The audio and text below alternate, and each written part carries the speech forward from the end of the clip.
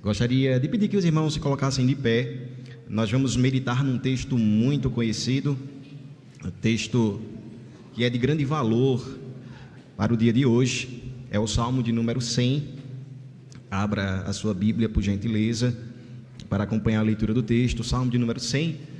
Nós iremos fazer a leitura de todo o texto e eu peço, por gentileza, que você, após a oração, possa se assentar e deixar a sua Bíblia aberta. Nós vamos percorrer por todo este salmo, rogando ao Senhor que fale ao nosso coração poderosamente e que nos instrua de acordo com a sua sabedoria.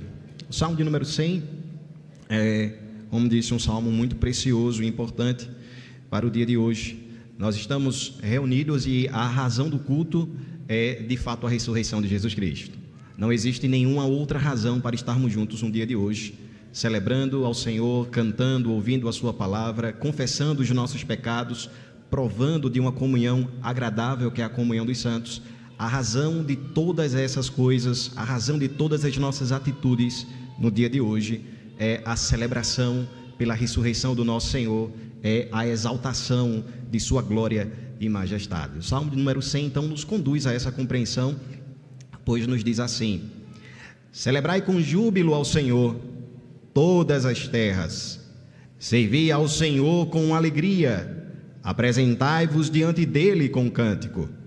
Sabei que o Senhor é Deus, foi ele quem nos fez, e dele somos o seu povo e rebanho do seu pastoreio. Entrai por suas portas com ações de graças, e nos seus átrios com hinos de louvor. Rendei-lhe graças e bendizei-lhe o nome. Porque o Senhor é bom, a sua misericórdia dura para sempre, e de geração em geração a sua fidelidade. Ó Deus bendito, nós elevamos a Ti a nossa voz, como também o nosso coração. Pedimos, ó Deus, a Tua graça sobre a nossa vida. Rogamos que o Senhor sensibilize o nosso coração e que através da Tua palavra confronte, ó Deus, a nossa alma, revelando os nossos pecados, corrigindo os nossos desvios. Pedimos também, ó Deus, que o Senhor ilumine a nossa mente, para que sejamos encorajados a vivermos a Tua palavra com alegria, fidelidade e diligência. Que o Teu nome seja honrado, ó Deus, na exposição de Tua santa palavra, e que possamos nos apropriarmos de Tuas verdades para glorificarmos o Teu nome em toda a nossa existência. Esse é o desejo, ó Deus, do nosso coração. Faz em nós a Tua vontade, ó Deus bendito, e fala poderosamente ao Teu povo. É assim que nós te oramos e te agradecemos em nome de Jesus. Amém. Os irmãos podem se assentar.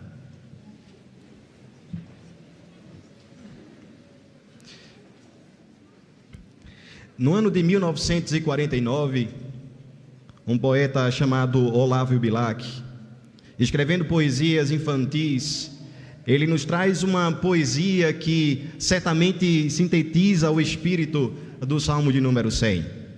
O nome da poesia é Domingo, e a poesia nos traz o seguinte conteúdo: os sinos repicam na igreja constantemente, e todas as ruas ficam alegres, cheias de gente. Todo um dia de ventura, como o domingo seduz. O homem cansado procura ter paz, ter ar e ter luz. Paradas e sem trabalho, dormem na rocha as enxadas, dormem a bigorna e o malho, nas oficinas fechadas. Também, meninos cansados, os vossos livros deixai, deixai lições e ditados, dormi, sorride e cantai. Fechem-se as aulas e o bando ruidoso das criancinhas, livre se espalhe voando como um bando de andorinhas. Deus, quando o mundo fazia, 7 dias trabalhou, e ao fim do 7º dia do trabalho descansou. Olavo Bilac, ele apresenta aquilo que deveria ser comum a uma sociedade que é influenciada pela igreja. É dito que no período da Reforma Protestante era comum encontrar todo o comércio fechado. Era comum encontrar canções em todas as casas. Os países, as cidades e os vilarejos que aderiam à fé protestante aguardavam com grande expectativa esse dia tão especial. Era comum encontrar ímpios e ateus se conduzindo à igreja com um único objetivo: o domingo é um dia especial. O domingo é a celebração de Jesus Cristo, é o encontro de todo o seu povo, é o momento onde ouviremos a sua voz ao nosso coração, aonde cantaremos a Ele os mais altos louvores. Tanto Olavo Bilac, como também na Reforma Protestante e em toda a sociedade, aonde a influência da igreja a alcança, podemos então ver, perceber e declarar que o domingo não é um dia qualquer, é o dia de celebrarmos o Senhor, o nosso Rei. O livro dos Salmos é o maior livro da Bíblia. Ele é composto por 150 poemas. Todo o conteúdo levou cerca de mais de 1000 anos para ser construído. E ele é dividido em 5 partes ou 5 livros, sendo o Salmo 100 a parte do 4º livro. O Salmo 100 é um hino de ingresso ao templo, que contém apenas 2 estrofes. Se você observar na sua Bíblia, é bem provável que haja uma divisão. Do verso 1 ao verso 3, nós temos a primeira estrofe. No verso 4 e verso 5, nós temos a segunda. O Salmo 100 também é a conclusão de uma sessão especial, que tem no seu início o Salmo 93, e que é conhecida como Salmos do Rei. São salmos de celebração ao nome de Deus, salmos que reconhecem a grandeza do Senhor, que o exaltam por sua bondade e fidelidade, como declaram com alegria o seu controle e a sua autoridade sobre toda a criação. Podemos então dizer que o Salmo de número 100 é uma doxologia, é uma expressão de louvor e é o clímax desses salmos, pois exalta a Cristo como Rei de toda a terra. Assim, nós somos estimulados a fazermos a leitura do Salmo 100 e a ver Cristo como nosso Criador e Redentor, para sermos chamados a adorá-lo com exuberância, com alegria e com gratidão. Reconhecendo, irmãos, acima de tudo, que o Salmo de número 100 é uma convocação para nos rendermos alegremente a Cristo, para darmos a Ele uma resposta à sua bondade, à sua graça e à sua misericórdia. É por essa razão que o Salmo se inicia dizendo: celebrai com júbilo ao Senhor. Porque Ele não apenas encoraja a todos nós, não apenas nos revela a importância de celebrarmos a Cristo, mas Ele também nos ordena a fazê-lo em adoração ao Senhor. Então, neste Salmo, cantamos com júbilo o poder criador e a bondade do Senhor, celebramos acima de tudo o seu Evangelho e o poder universal de sua graça. Quanto à estrutura deste Salmo, eu gostaria que você observasse a sua Bíblia. Nós podemos encontrar na primeira estrofe, do verso 1 ao verso 2, 3 ordens, ou 3 atitudes que nós deveríamos ter quando nós nos reunirmos para adorar ao Senhor. Do verso 1 ao verso 2, nós temos essas 3 ordens que são declaradas da seguinte forma: celebrai, servi e apresentai. No verso 3, finalizando a primeira estrofe, nós temos então as 3 razões para louvarmos a Deus, porque nós deveríamos então celebrar, servir ao Senhor e nos apresentar diante de sua gloriosa presença. As razões, elas são postas. Ele é nosso Rei, Ele é nosso Criador, Ele é nosso Pastor. Na segunda estrofe, nós somos novamente convidados a termos 3 ações diante de Deus. Veja que a estrutura da segunda estrofe, ela é semelhante à estrutura da primeira estrofe. Há aqui uma repetição, uma ordem para o louvor e a adoração a Deus. No verso 4, o texto nos chama a termos ações de graças, a entrarmos nos átrios do Senhor com louvor nos nossos lábios e a bendizermos o seu nome. No verso 5, nós temos então novamente as razões para celebrarmos ao Senhor. O Senhor é bom, a sua misericórdia dura para sempre, de geração em geração, a sua fidelidade.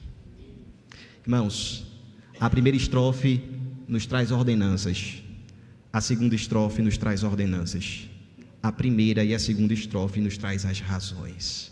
Porque Deus deve ser louvado, porque nós devemos deixar as nossas casas num dia de hoje para celebrarmos o Senhor, porque devemos desejar como seu povo ouvir a sua palavra, porque devemos desejar ouvir a voz de toda a igreja quando nós cantamos a Cristo, porque devemos desejar confessar juntos o nosso pecado, porque não ficar em casa no conforto do nosso lar, aproveitando bem o domingo.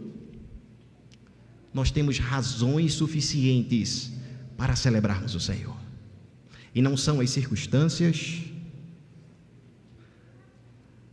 não é a prosperidade, não é a influência, não é a saúde. Porque o Senhor é bom, porque a sua misericórdia dura para sempre, porque de geração em geração é a sua fidelidade, porque Ele é o nosso Rei, Ele é o nosso Criador, Ele é o nosso pastor. O salmista responde porque nós devemos celebrar a Cristo. Vejamos então como ele nos convoca a adorá-lo com louvor e gratidão, observando então essas duas estrofes. A primeira estrofe, do verso 1 ao verso 3, o texto diz: celebrai com júbilo ao Senhor todas as terras, servir ao Senhor com alegria, apresentai-vos diante dele com cântico. Sabei que o Senhor é Deus, foi Ele quem nos fez e dele somos o seu povo e rebanho do seu pastoreio. A primeira estrofe inicia com um grito festivo de celebração a um evento muito importante. Nós podemos declarar que o dia de hoje nos traz o melhor de todos os eventos, porque o dia de hoje é uma antecipação, é um antegosto daquilo que nós teremos na eternidade. O dia de domingo é um dia especial. É por isso que o salmista ele inicia este salmo com um grito que irrompe do seu coração: celebrai com júbilo ao Senhor. O salmo então destaca, irmãos, essa importância de adorarmos a Deus com alguns sinônimos.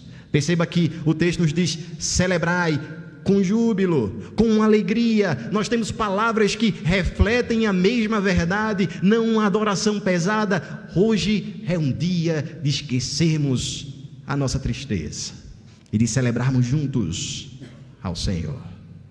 Celebrai com júbilo ao Senhor. Provavelmente esse trecho ele era usado pelo sacerdote como convocação para a adoração no templo de Jerusalém. Era provável que os israelitas ouvissem o chamado do sacerdote, e ao ouvir esse chamado, o coração entrava em um estado de júbilo e de adoração a Deus. Eles eram lembrados que o domingo não era um dia qualquer, ou que o dia de sábado naquele momento era um dia de adoração ao Senhor. E esse chamamento envolvia uma série de ordenanças. Se nós percebermos numa leitura muito atenta no Salmo de número 100, nós vamos perceber que há 7 ordens para a nossa reunião. Ora, pastor, por que eu não devo ficar em casa no dia de hoje? Porque eu devo sair e ouvir os pastores da minha igreja, e eu devo cumprimentar os meus irmãos, e eu devo confessar os meus pecados, eu devo cantar ao Senhor, e eu devo ouvir a sua palavra com atenção, e eu devo anotar todo o sermão para que eu possa aplicá-lo durante a semana, porque esse deve ser um dia em que toda a minha família deve ser conduzida à adoração ao Senhor. Nós temos 7 ordens no capítulo 100 que nos revela essa condição. E nós vamos lembrar que 7 é o número da perfeição. No verso 1 e verso 2 nós temos 3 ordens. No verso 3 nós temos uma ordem. O verso 3 é o coração deste salmo, é o coração do salmo de número 100, é o verso central: sabei que o Senhor é Deus. Por que eu devo adorá-lo? Porque eu devo me aproximar dele? Porque Ele é Deus, não uma divindade falsa, não um Deus desconhecido como adoravam os atenienses, mas o Criador de toda a terra. No verso 4 e verso 5 nós temos mais 3 ordens. Somos ordenados a comparecermos diante do Senhor. Com essa estrutura, não só os israelitas, mas todos os homens são chamados para louvar ao Senhor com gratidão, para entrar no lugar de adoração com um sorriso nos lábios, com um coração palpitando de alegria, entrando junto com o povo de Deus para adorar o Senhor. Essa estrutura nos lembra que o culto não é opcional, porque é o dia de celebração ao Senhor. Considere, irmãos, as palavras que são expostas neste salmo: apresentai-vos e entrai. Essas palavras trazem a ideia de estarmos literalmente diante da face de Deus. Você pode assistir o culto da sua casa, e realmente, se você estiver em casa, você está assistindo o culto. Mas quando nós comparecemos diante do pregador com o povo de Deus, nós estamos literalmente diante da face de Deus.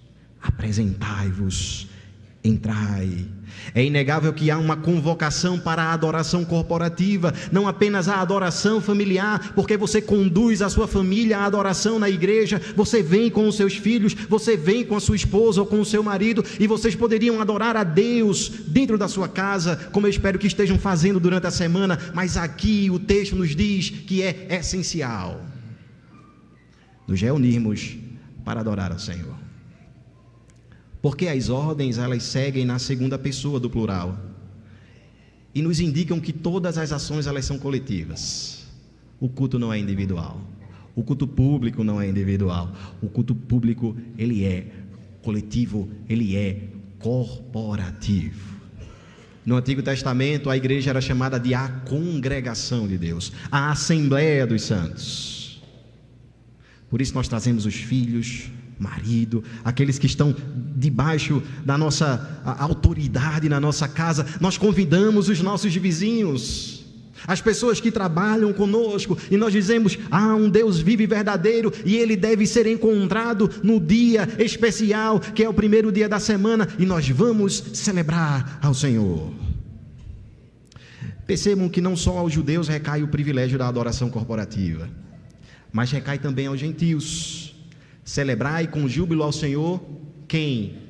Todas as terras. Como eu disse inicialmente, o Salmo 100, ele fecha uma coleção de salmos que falam sobre o rei. Uma coleção que se inicia no Salmo 93, e que do Salmo 93 ao Salmo 100, nós temos um chamado a toda a terra para adorar ao Senhor. Mas eu quero lembrar pelo menos de 3 salmos. O Salmo 96 também nos expõe essa verdade. Ele diz no verso 1: cantai ao Senhor um cântico novo, cantai ao Senhor apenas os israelitas. Não, cantai ao Senhor todas as terras. O Salmo de número 97 também nos expõe a mesma verdade, porque diz: reina o Senhor, regozije-se a terra, alegrem-se as muitas ilhas. O Salmo 98, que também é um salmo muito conhecido, no seu verso 4 diz: celebrai com júbilo ao Senhor todos os confins da terra, aclamai, regozijai-vos e cantai louvores. A adoração é corporativa, ela é a atividade mais importante da igreja durante a semana. Nós podemos ter uma reunião de oração, nós podemos ter um congresso de homens, nós podemos nos encontrar para termos uma reunião dos jovens, mas, irmãos, este é o momento de maior importância, nós podemos dizer que é o ápice da vida cristã. Por quê? Por quê, irmãos? Porque Deus requer ser celebrado. Porque o culto não é para nós, não é para a nossa glória. Eu quero chamar a sua atenção para um aspecto muito importante no Salmo de número 100. Caso você não tenha percebido, nós só temos um único verso que não usa a palavra Senhor, mas ainda assim fala do nome do Senhor. Verso 1, nós vamos ler novamente para perceber essa realidade. Acompanhe na sua Bíblia. Celebrai com júbilo a quem?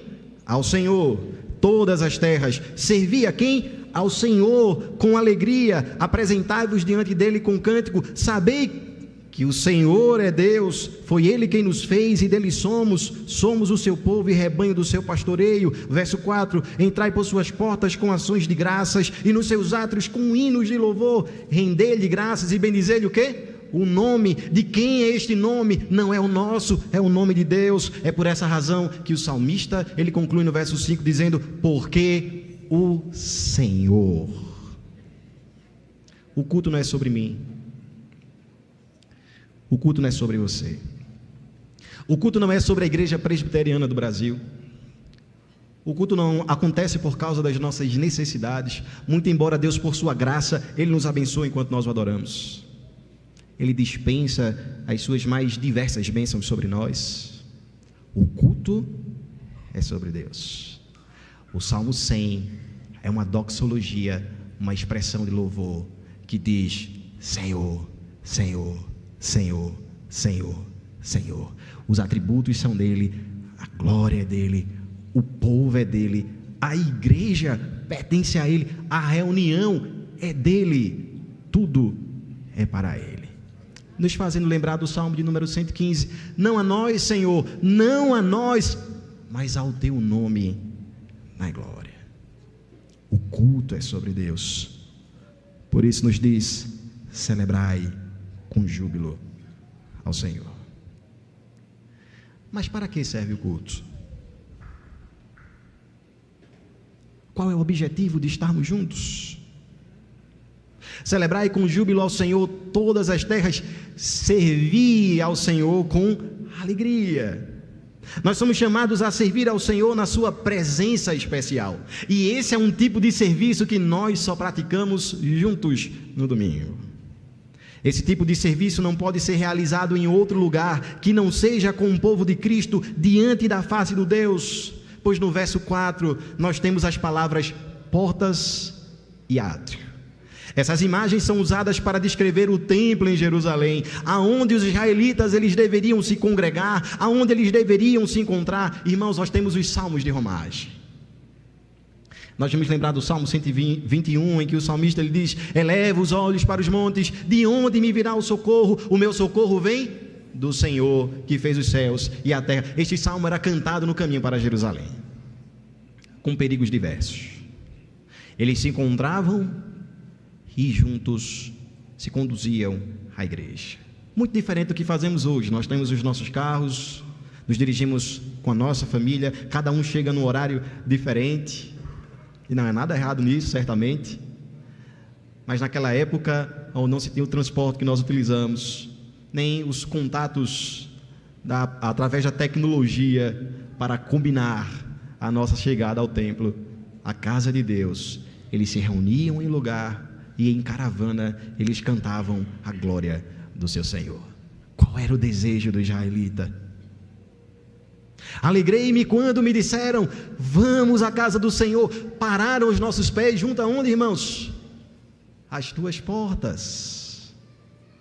Ó Jerusalém, portas, templo, átrio.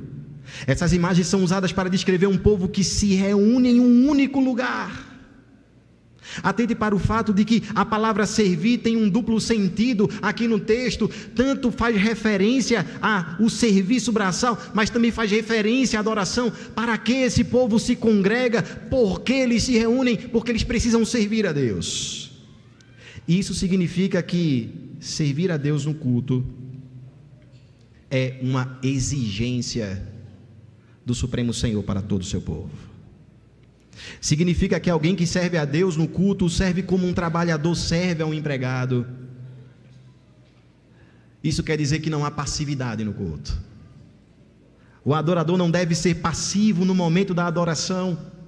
Repito que no culto nós servimos ao Senhor, e essa palavra é importante porque mostra como o culto é participativo. Quando nós somos chamados a cantar, nós devemos cantar com alegria. Quando nós somos chamados a ouvir a palavra do Senhor, a atenção ela deve ser exclusiva. Quando nós somos chamados a confessar a nossa iniquidade, nós curvamos a nossa alma diante do Senhor em submissão, revelando a nossa fraqueza e dependência e buscando do Senhor a sua graça e misericórdia, porque o culto ele é participativo.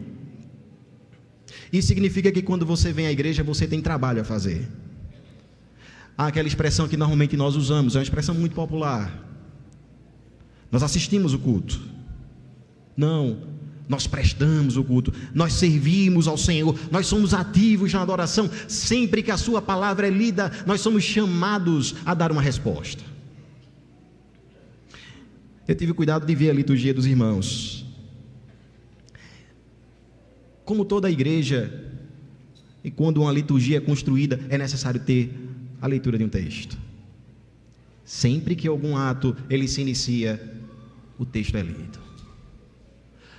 O que é o texto bíblico se não a voz de Deus? Deus chama. Nós lemos o Salmo 67 para iniciar o culto. Deus está chamando a igreja a adorá-lo. Qual é a sua resposta? Qual é o seu serviço? Você canta, você ora. Deus nos chama em sua palavra para confessar o nosso pecado. Nós lemos o Salmo 51, do verso 1 ao verso 4 e verso 10.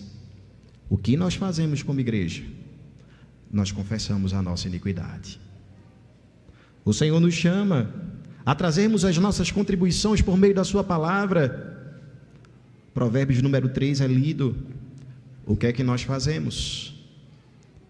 Trazemos os nossos dízimos, cantamos ao Senhor, porque essa é a estrutura do culto. Nós chamamos isso de estrutura pactual, ou seja, Deus está se relacionando com o seu povo, Ele está falando com o seu povo, Ele está chamando o seu povo, Ele está requerendo um serviço do seu povo, e o que é que o seu povo faz? Responde a esse Deus em adoração.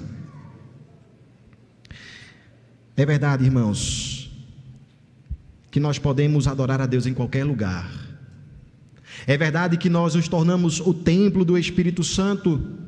É verdade que Cristo é o nosso templo e não uma construção em Jerusalém, mas atente para o fato de que há uma presença especial de Deus quando nós nos reunimos para adorá-lo, e Ele requer o nosso serviço. Não podemos ser passivos. E como esse serviço deve ser prestado? Ora, você chama o seu filho e você dá uma ordem para ele, e muitas vezes ele só apresenta uma obediência externa. O seu coração está pesado, ele está relutando em obedecer ao seu pai, ele vai se queixando, ele faz aquilo que o seu pai ordena, mas com o coração pesado. Celebrai, servi com júbilo ao Senhor. Esse serviço deve ter como marca um coração transbordante de alegria. Deus não quer apenas a sua obediência externa, Ele não quer apenas a expressão dos seus lábios, Ele deseja o seu coração, Ele deseja que o seu coração responda em alegria. Os homens não devem comparecer diante de Deus com relutância ou sob compulsão, eles devem comparecer diante do Senhor, não tristemente, mas com toda a alegria. Diante de quem nós estamos, senão do Rei dos Reis? Pois somente a alegria pode expressar adequadamente o ato de servir ao Senhor com gratidão. Como você adora ao Senhor? Como você celebra o seu nome? A nossa alegria é Cristo, a nossa razão é Cristo, a nossa vida é Cristo. Quer comamos, ou bebamos, ou façamos qualquer outra coisa, nosso alvo é a glória de Deus. Portanto, irmãos, devemos deixar os nossos problemas, as circunstâncias adversas que provamos durante a semana, as decepções, desilusões, as frustrações, ao entrarmos por aquela porta, por esta ou pela outra porta, seu espírito deve ser um espírito de adoração e de alegria diante do Senhor. Mas por que deve ser assim? Deus é um Senhor bom, e todas as suas ordens, elas são fundamentadas. Sabe o que faz um péssimo pai? Ele dá uma ordem ao seu filho, mas ele não fundamenta essa ordem. Sabe o que nos faz o Senhor? Ele nos dá a sua ordem, e Ele nos ensina por que nós devemos obedecê-la. Nós vamos lembrar de Êxodo capítulo 20. Antes de dar os 10 mandamentos, o Senhor diz: eu sou o Senhor teu Deus, que te tirei da terra do Egito, da casa da servidão.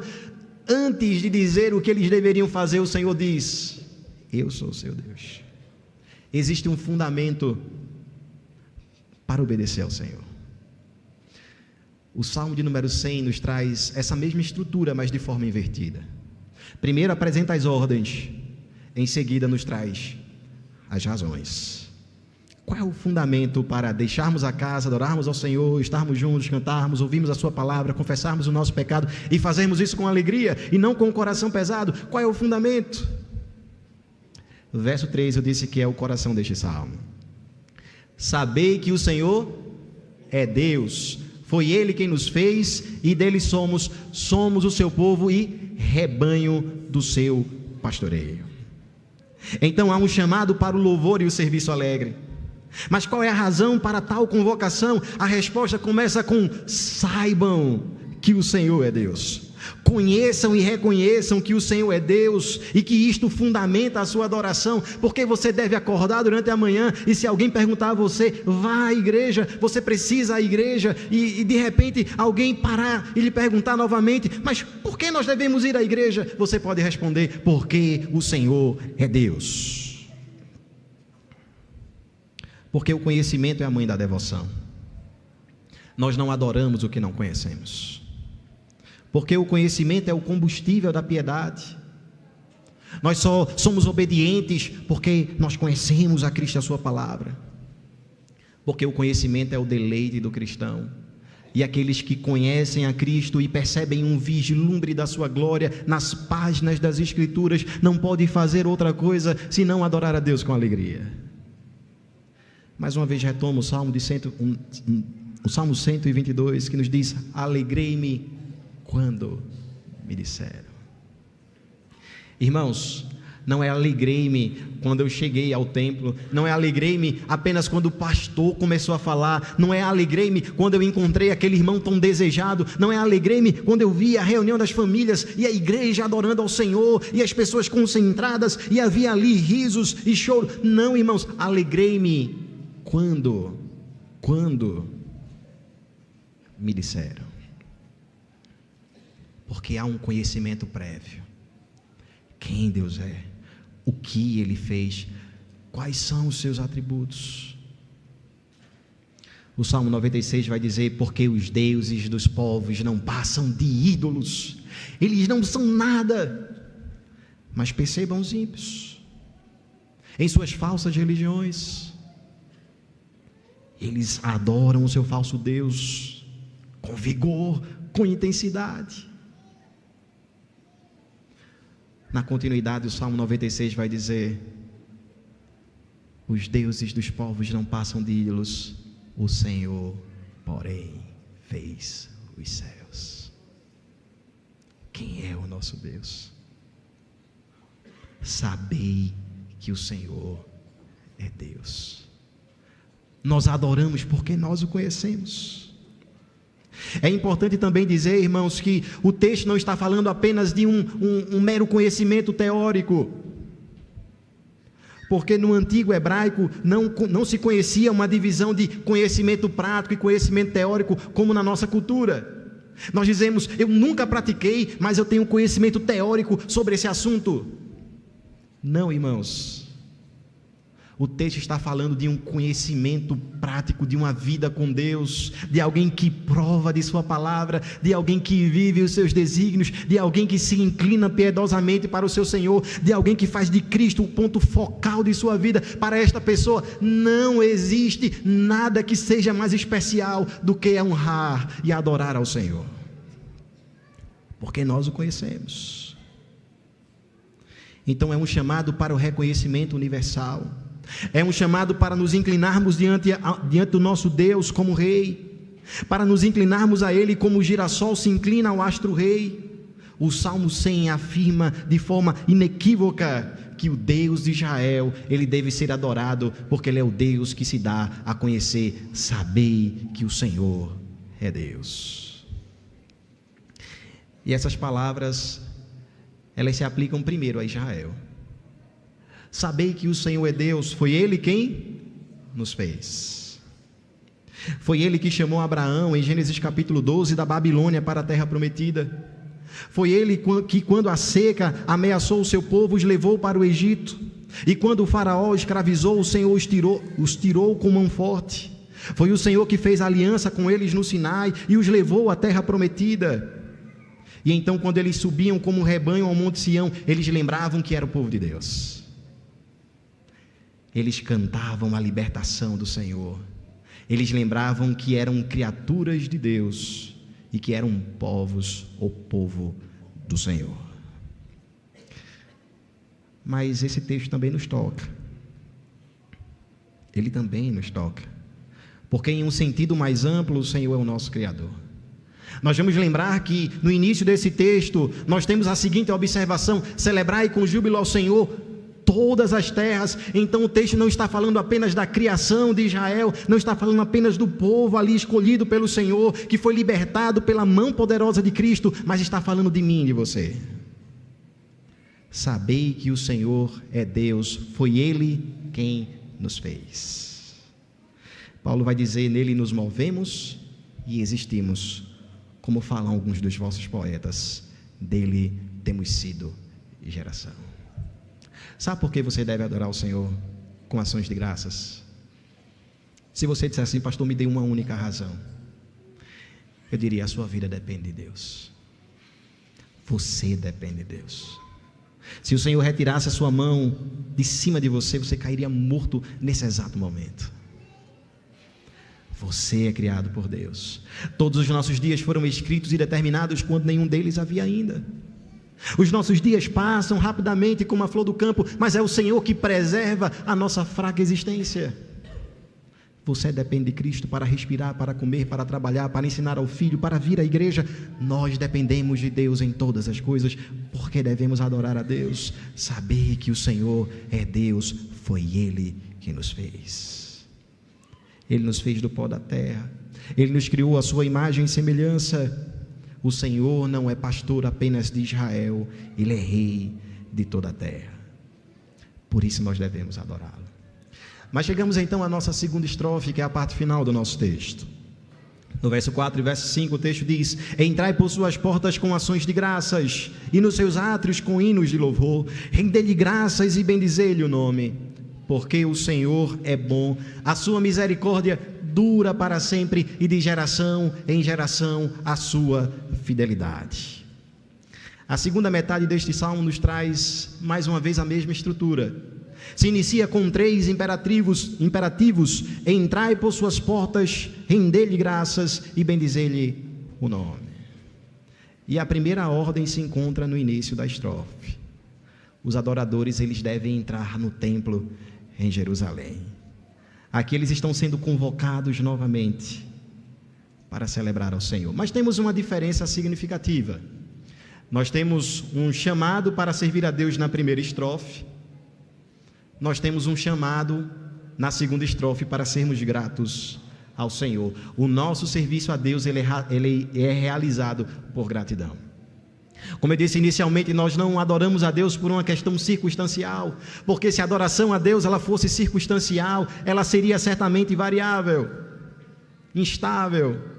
Nós poderíamos vir em um domingo à igreja e nos assentarmos e ouvirmos o sermão e cantarmos ao Senhor com alegria, porque a nossa semana foi maravilhosa, mas na semana seguinte, com algum problema, nós poderíamos ficar em casa.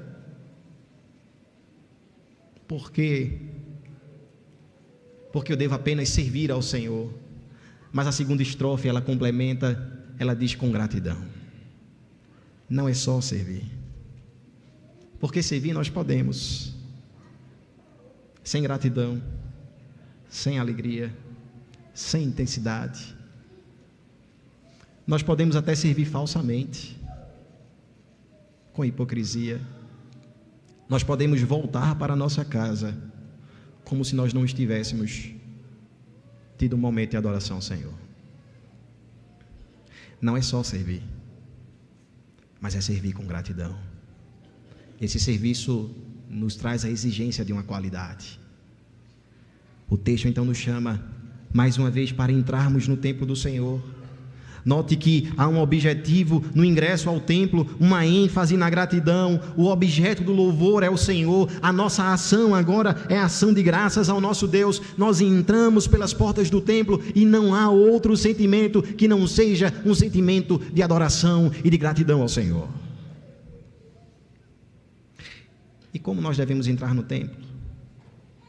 O texto diz: bendizendo o nome do Senhor. Isso significa abençoar, louvar por seus feitos, O nome de Deus é uma referência ao seu caráter. O nosso Deus é o Deus perfeito, Ele é o Deus glorioso, Ele é o Deus majestoso, Ele é o Deus perfeito em todos os seus atributos, Ele é o Senhor de toda a terra, Ele conduz todo o cosmos, toda a vida está em suas mãos, Ele controla todas as coisas pelo poder da sua palavra. Rendei-lhe graças, bendizer-lhe o nome. O que é que nós devemos fazer? Elogiar o nome de Deus. Falar palavras agradáveis sobre Ele, demonstrar um coração cheio de gratidão por quem Ele é, porque o nosso Deus é o Deus autoexistente, é o Senhor independente, é o Deus imutável. Quem há semelhante ao Senhor? Não há ninguém. Por que você está aqui nessa manhã? Talvez alguém possa responder: preciso de uma cura, preciso de uma palavra de encorajamento, eu preciso resolver uma crise pessoal. Que Deus te dê a graça de todas essas coisas, porque há bondade suficiente no Senhor para nos socorrer em nossa fraqueza, para nos abençoar ainda em nossas debilidades, para nos conduzir neste mundo com maestria e nos preservar de tantos perigos. Há poder nele suficiente para nos livrar de tantos males. Há no Senhor compaixão para se compadecer do seu povo quando acessa o seu trono de graça e de misericórdia. Mas reitero, o objeto de culto é o Senhor e não nós, bendizer-lhe o seu nome. Esse texto nos lembra o momento em que Moisés ele foi chamado por Deus para comparecer diante de Faraó. Eu espero que os irmãos tenham bem viva essa imagem ou esse texto na sua mente. Moisés ele é chamado para comparecer diante de Faraó como representante de Deus, para dar à maior autoridade daquela região uma ordem: libertar o povo de Israel. O que Moisés deve falar? O que pede a diplomacia, a sabedoria dos filósofos? Ele deve falar sobre a cultura e a religião dos egípcios? O Senhor diz a Moisés: parece ser ilógico, contraditório, mas a única coisa que Deus diz é: eu sou, te envio. Irmãos, nesta pequena expressão há um significado que não pode conter-se nessas palavras. Quem é o eu sou? O recado de Deus para Faraó é: eu sou o Deus autoexistente. Eu sou o Deus que não reconhece adversários. Eu sou o Deus que domina sobre o Egito. Eu sou o Deus que não foi criado por ninguém. Eu sou o Deus absoluto que não depende do conselho dos homens. Eu sou, me enviou.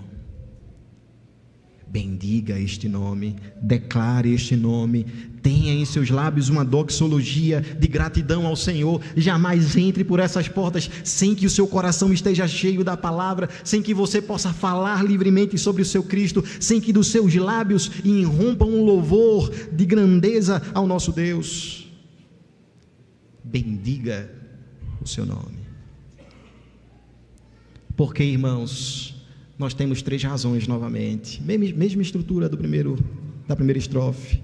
Porque o Senhor é bom, a sua misericórdia ou o seu amor leal dura para sempre, de geração em geração a sua fidelidade. O verso 5, ele é encerrado, ou na verdade conclui e fecha o Salmo de número 100, nos trazendo 3 razões para louvarmos ao Senhor. Mais uma vez você está se dirigindo no domingo para a igreja e você precisa questionar o seu coração: por que eu estou indo adorar a Deus? Nós temos as razões que são postas pelo salmista: Deus é bom, a sua misericórdia dura para sempre, de geração em geração a sua fidelidade. Vejamos muito rapidamente essas 3 palavras. Porque Deus é bom, porque Ele é bondade. Conhecemos Deus por sua bondade. É da própria essência do Senhor ser bom.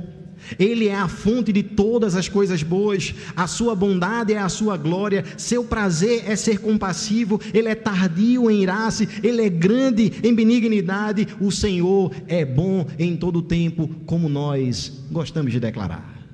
Ele é a própria essência da bondade. Isso é tão verdade que o Salmo 127 e o Salmo 128 versa sobre a bondade de Deus. Se o Senhor não vigiar a casa, em vão vigia a sentinela. Se o Senhor não abençoar o nosso trabalho, em vão nós acordamos cedo para labutar e conquistar o pão e levar para a nossa casa, porque aos seus amados Ele dá enquanto dorme. Mas eu lhe pergunto, nós merecemos essa bondade de Deus? Quem nessa assembleia pode se levantar e dizer, eu mereço, Deus ele precisa fazer essas coisas por mim, porque eu tenho sido uma pessoa muito boa, muito generosa, porque o meu coração está livre de qualquer iniquidade? Não, irmãos, lembrem-se, um pecado só é suficiente para lançar o homem eternamente no inferno. Mas nós temos o que temos, e vivemos, nos movemos e existimos por causa da bondade. Por isso que no Salmo 34 o salmista vai dizer, provai e vede que o Senhor é bom. Mas Ele não é apenas bom, Ele é misericordioso. Porque o Senhor é bom, a sua misericórdia dura para sempre. Sua misericórdia é uma fonte que nunca se seca. É o que o salmista quer nos dizer com essa expressão, porque a palavra misericórdia, ela também significa o amor leal de Deus. Tal afirmação nos lembra que o amor de Deus é infalível, é sem variação, não tem instabilidade. Deus nos ama perfeitamente em Cristo. Quem pode nos separar do amor de Deus que está em Cristo Jesus?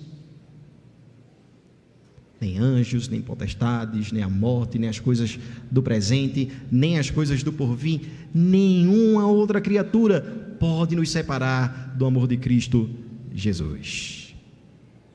O amor de Cristo é constante, Ele é intenso, Ele é a base para a salvação. Não é sem causa que nós citamos João 3,16 com muita alegria, porque Deus amou o mundo de tal maneira, Ele deu o seu Filho unigênito, para que todo aquele que nele crê não pereça, mas tenha a vida eterna.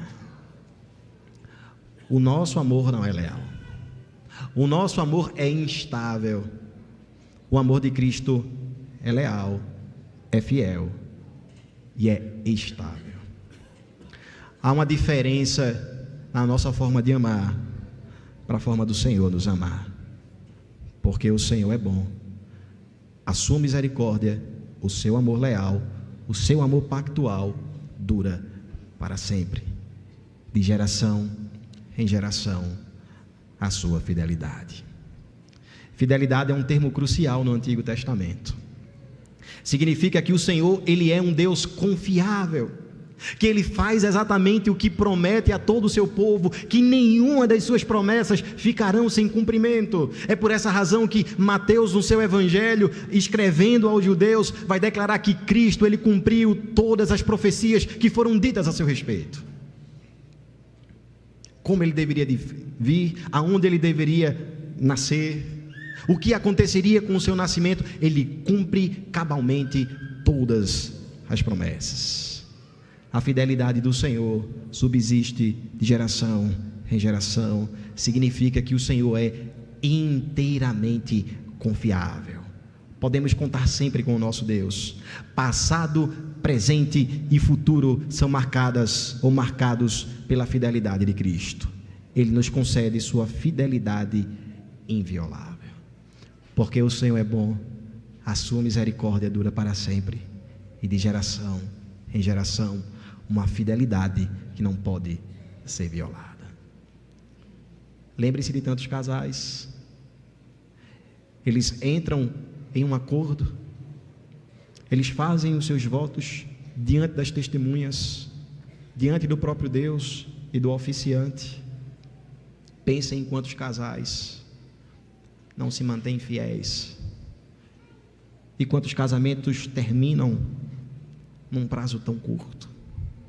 Fiel é o Senhor, fiel a si mesmo, mantém as suas palavras sobre o seu povo.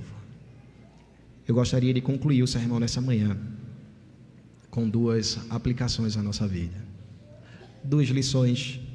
Sempre que a palavra é exposta, nós não podemos ser passivos. Sempre que a palavra é anunciada, o Senhor requer de nós uma resposta. Celebrai com júbilo ao Senhor todas as terras, servir ao Senhor com alegria, apresentai-vos diante dele com cântico. O nosso serviço dominical não deve ser sombrio, sem vida. O chamado do salmista expressa que a adoração a Deus não deve ser chata, não deve ser fria ou sem graça. Você, jovem, quando é chamado pelo seu pai, lave o seu rosto, coloque a sua roupa, seja o primeiro a entrar no carro. Você, pai e mãe, motive os seus filhos, motive o seu próprio coração. No decorrer da semana, lembre-se que vai chegar o dia da adoração, da nossa celebração ao Senhor. Nós iremos nos encontrar, nós iremos nos abraçar, nós iremos falar de forma afetuosa uns com os outros, nós entraremos juntos, nós cantaremos ao Senhor, nós confessaremos o nosso pecado, nós ouviremos a sua palavra e nós nos regozijaremos diante de Deus. Porque a adoração não pode ser chata, não pode ser fria, ela não pode ser sem graça. A quem nós adoramos? A quem nós servimos? Sabei que o Senhor é Deus. João Calvino certa vez disse em um dos seus escritos: exortamos os homens a que não adorem a Deus de modo frígido, descuidado e sombrio. A nossa fé é uma fé vigorosa. O nosso culto é um culto fervoroso, mas não por causa de nós, por causa daquele a quem nós adoramos. O culto cristão deve ser alegre, e não me refiro meramente a um sentimento, a felicidade externa, mas um deleite na graça de Deus, na sua bondade. A alegria, irmãos, não diz respeito àquela música que nós tanto gostamos, não diz respeito àquele irmão que nós tanto apreciamos, se ele está junto a nós, ou aquele pregador que possivelmente demonstra uma grande erudição. Não, irmãos, a nossa alegria não é por isso. Ela não é originária naquilo que nós podemos fazer, ela tem a sua origem em Deus. Verso 3 e verso 5 concentram as razões de adoração no Senhor. É claro que a alegria nunca pode ser desassociada das emoções, mas elas não devem ser desenfreadas, nem contidas, ou tendo a sua origem nos homens. Um coração deve ser grato a Deus por quem Deus é. Por quem Deus é.